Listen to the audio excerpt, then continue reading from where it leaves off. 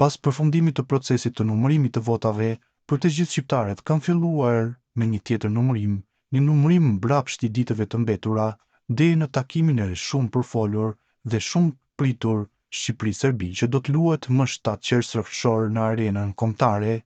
Ky takim do të jetë me tifozë vetëm mbështetës të ekipit kuqezi, pa tifozë udhëtues se si rrjedhoi. Kërkesa për bileta për këtë ndeshje është në nivelet e padëgjuara më parë. Kjo ka bërë që procesi i sigurimit të tyre, që ka filluar më 15 maj, është i ndryshëm nga ndeshjet e tjera.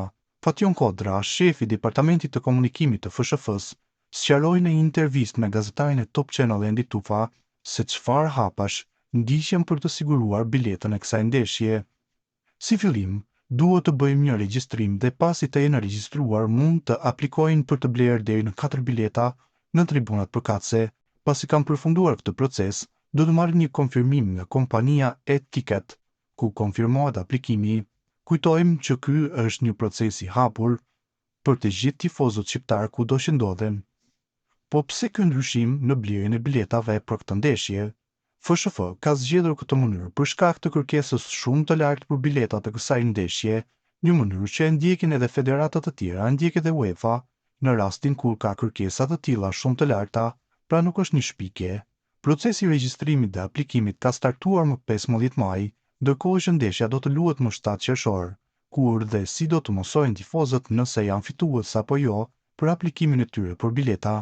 Ky proces do të zgjasë rreth 2 javë dhe më pas nga data 30 deri në datën 2 qershor do të zhvillohet shorti kompjuterik për të gjithë ata që janë përzgjedhur si fitues për të marrë bileta.